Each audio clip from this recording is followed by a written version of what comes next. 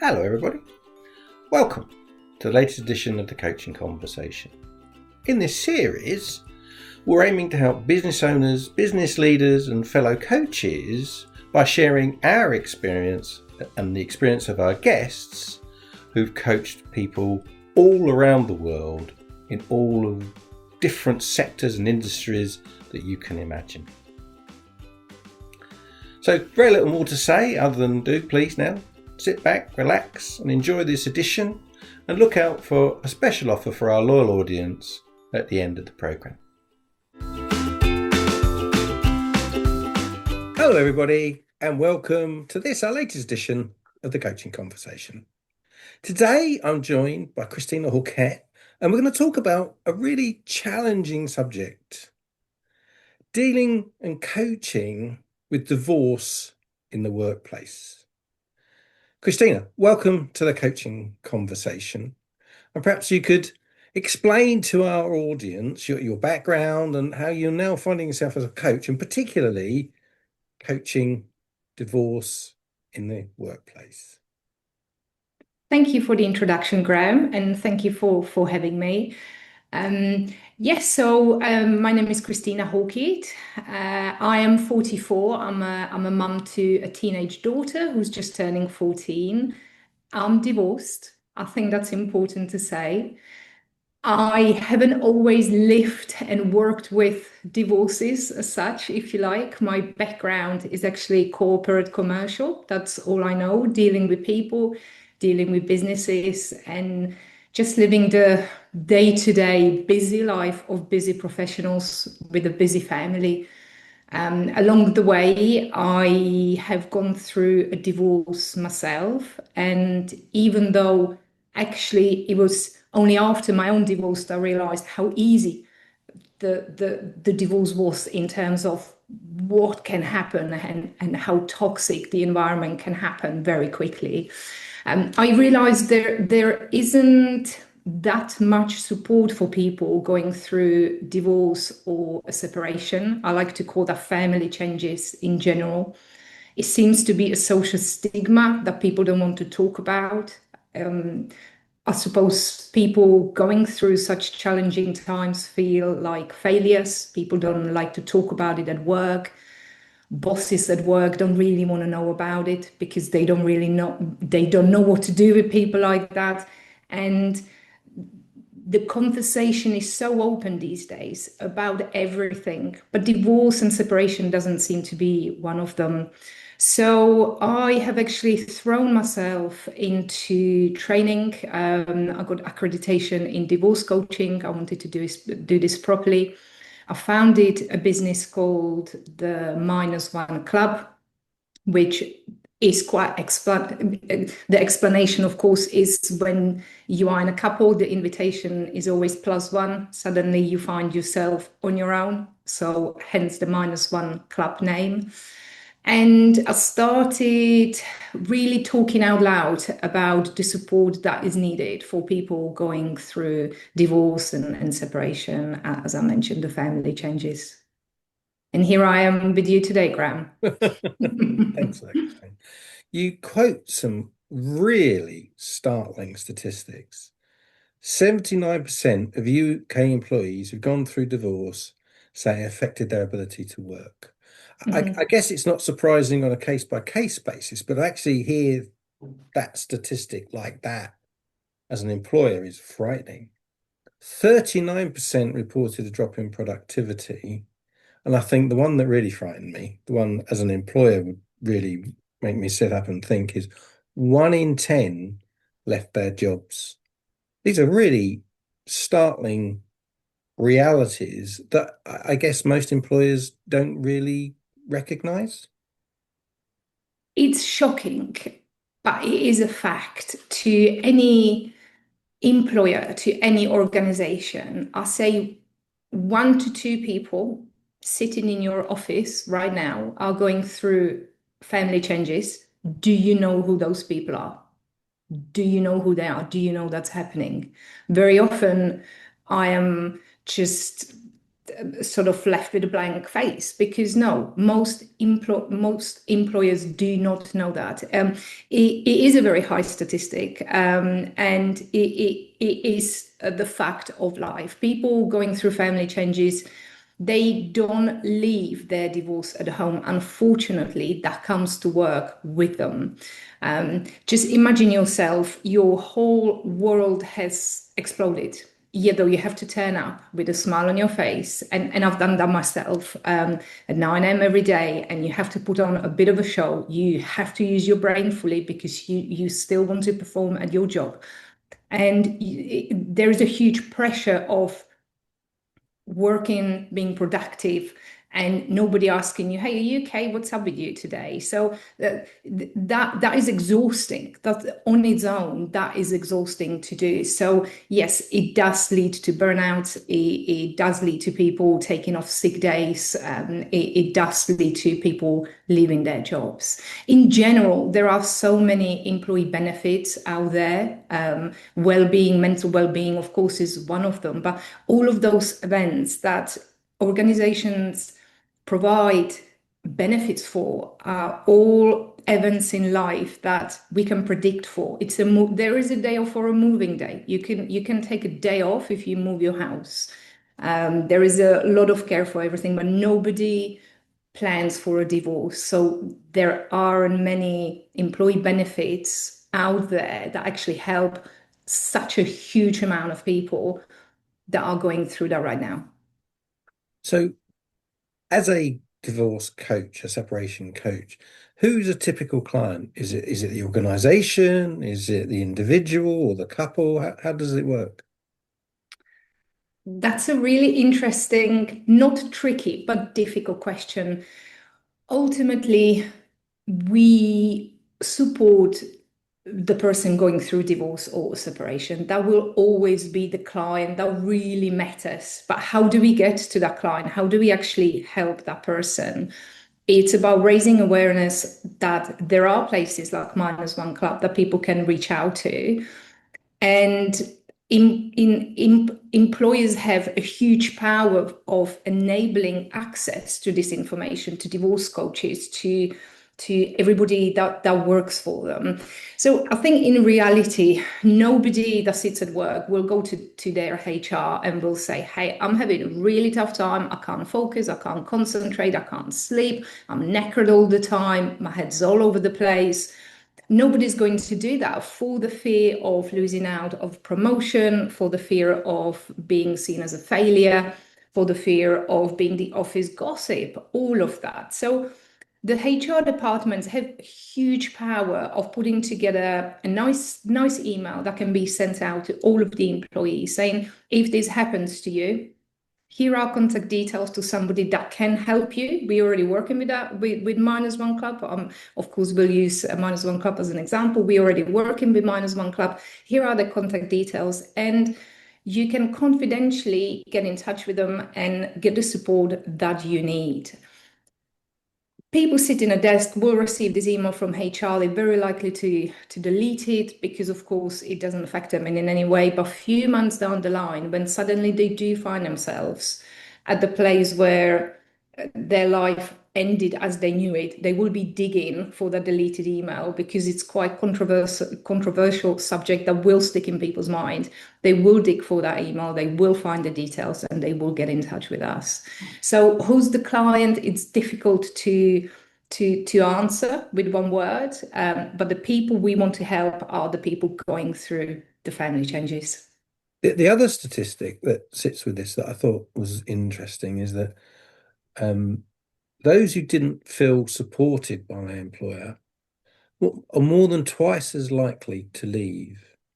So the reverse of it must mathematically be true that if an employer is very supportive, they significantly improve the chances of retaining that talent within the organization.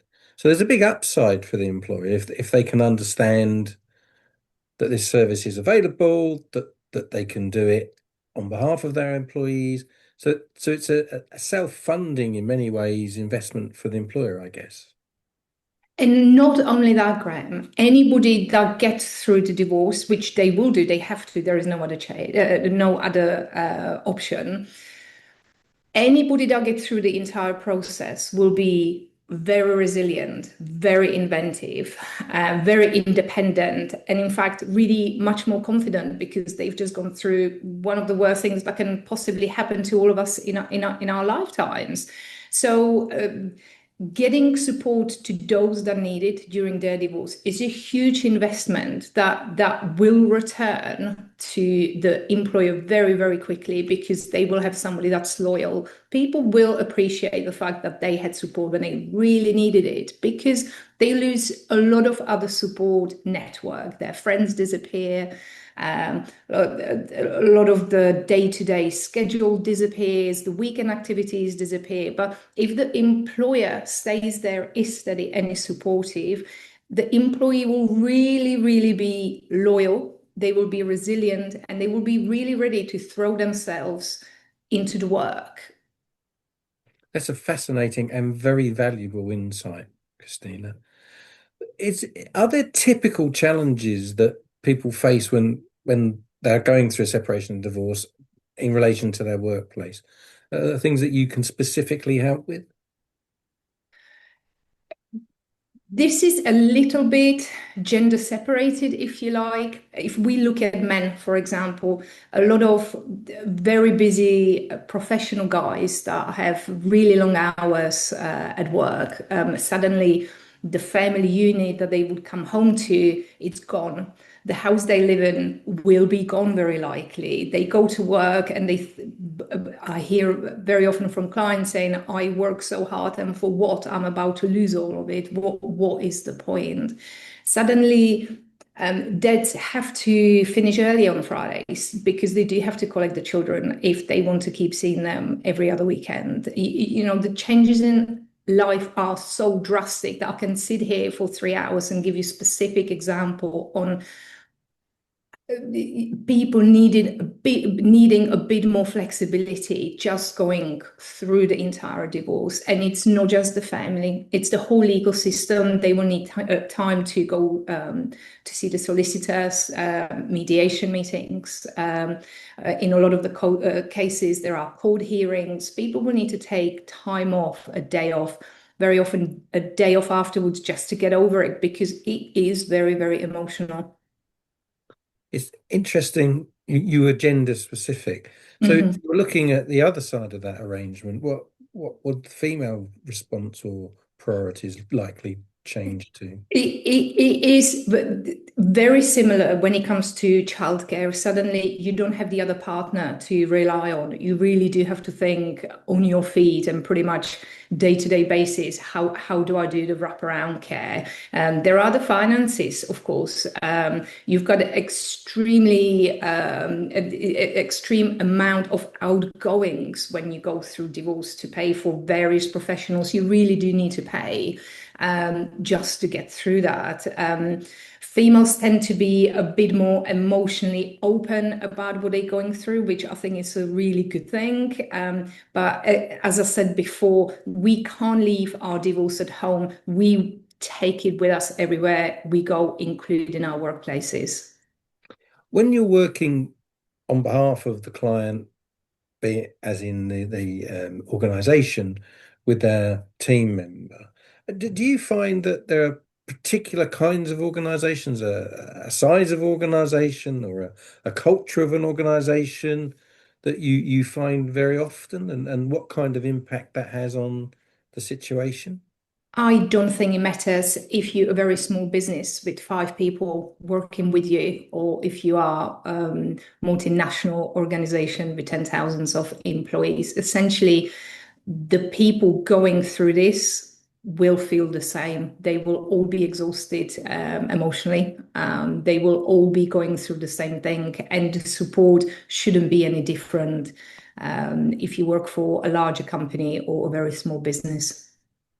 And when you're working with an organization, do you find that the employees, those that you've worked with, do they then refer you to other people within the organization who maybe enduring the same sort of experience? Is that a typical thing, or is it just once and move on? How does it tend to pan out? Well, and again, it depends how open are people about the fact that they are divorcing at their workplace. They are not that vocal. If there is a good communication from the HR departments that clearly shows the people that work for them and with them that if this is what you're going through, we can help you. I think the communication is a bit more open. People might feel a bit more open to go and say, I need help. And then you can have more coming from the same organization. But it really just depends on how the how the culture at any business is run.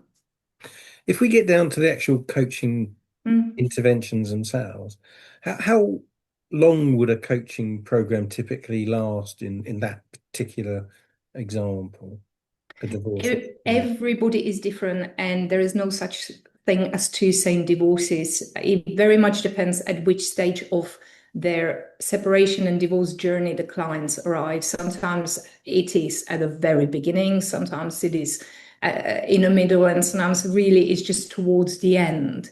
So that it really very much depends on that. The average, I would say, around 3 months, though some clients are really quite happy just with 2, 3 sessions because they find a new ability to actually find the focus on their own going forward, if you like. Some people just like to check in every week or every other week, depending on the situation. It depends if children are involved. It depends if the other party is cooperating with my client or not. So it's difficult to say. If I was to put an average on that, I would say around 3 months. And how often would you meet? Once a week, once a fortnight? How I frequent? prefer once a week check-ins, certainly at the beginning. I think it's great, especially it's about pointing down what is the real important focus for you right now. And if you're in the middle of divorce, that can really change from one week to another. As time goes on, I find clients like to check in bi-weekly, once a month. Sometimes it's very much, tap in when they need to towards the end of their divorce. Right. And is the coaching session face to face or is it virtual? How do you normally do that? Virtual seems to be working the best. It is absolutely face to face, bit like me and you. The reason being is most of my clients are busy people with families, with their jobs. Things can pop up. It is really difficult for any of us, I think, these days to point down 4 p.m. on a Tuesday, I will be available every single time because it just doesn't really happen like that. So a little bit of flexibility and the online sessions are really quite incredibly helpful to everyone. And how do you separate coaching from counseling? I do get asked that quite a lot. Counseling and therapy really is about something that has happened in your past, and you tend to have some issues that you need to work with or work on or to get over. Coaching is not about your past, and in fact, I always encourage all of my clients, this isn't about your ex-spouse. This is about you. This is about making you focus. This is about making you strong. And this is about you making the right choices essentially for the rest of your life, because the choices you make during your divorce will affect the rest of your life. So coaching is about today and tomorrow, whereas counseling and therapy, it tends to start in the past going forward. We start wherever you are today. And as you undertake these assignments, how do you find yourself detaching yourself so you don't get emotionally involved in that? I mean, as a coach, that's quite a difficult self-discipline, isn't it? Well, yes and no. I work with quite a few family law firms, and I always say to them, you have no emotions because you have spent years being trained not to be emotional. That's what they are trained to do. They can only do their job properly if they detach themselves entirely. I mean, that is their job. So coaching is a bit more about the emotions, but I am not judgmental, and I think that's where really, I wouldn't call it detachment, but no judgment really works for me. We all different people. I find it fascinating, and I adore what I do. I am not living the client's life. I can only help the client figure out what's best for them. But it is always the client that makes all the suggestions, and they figure it out on their own. And I think because of that, there is an emotional attachment going past the session, if you like. Okay. So just looking at the program itself, and I understand, it lasts on average about 3 months. Do you find that clients, once they finish with you and perhaps the divorce and the separation has become a reality, do they come back to you at a later date and say, can we revisit this and I want to put my life back together again? Do you get that kind of as well? I don't, and I believe a good outcome from any coaching journey anybody has, certainly during the divorce, is to get the person post that divorce and get them in a place where they actually genuinely super excited about the new life ahead. It is not about grieving the life they've lost. Sure, they've lost what they thought was there forever, but that's okay. There is a new life. It can be better. It can be happier. It will be different, but that doesn't mean it's not going to be any worse. So I would be a little concerned if I had clients coming back on regular basis saying, I'm still not feeling ready for this, because they are already living it. So you said you really enjoy the work that you do. I What, do. what gives you the greatest satisfaction? What is it about being able to do this that you really take a lot from, that nourishes you? I am quite pragmatic, and I have got quite, I would like to think, good sense of humor. And what is great is to see somebody in the middle of their own nightmare, really, and to see a client suddenly realizing it's okay to laugh. I can do this. I can actually still live. I can move forward. That just feels really good. Yeah. That's great. Kristyna, thank you for sharing this with us today. I think our audience will find this absolutely fascinating. If they want to know more, how can they find you or the MinusOne Club? Obviously, MinusOne Club is online, so MinusOne.club is the website. I'm on LinkedIn, so by all means, come and check out. I'm a real person. I say everything I say is actually true. That's Kristyna Hawkett. Instagram is full of useful videos for people to look at, just to help them whenever they need it. And just for clarity, Kristyna is spelled Kristyna. Kristyna Hawkett. That's Kristyna, right. thank you. And that's it for this edition. We'll see you again next time. So, there you have it, the latest edition of the Coaching Conversation. Hope you enjoyed it, hope you found it useful, and I hope it did what it set out to do. As promised at the beginning of the programme, here is a special offer for you, our loyal audience.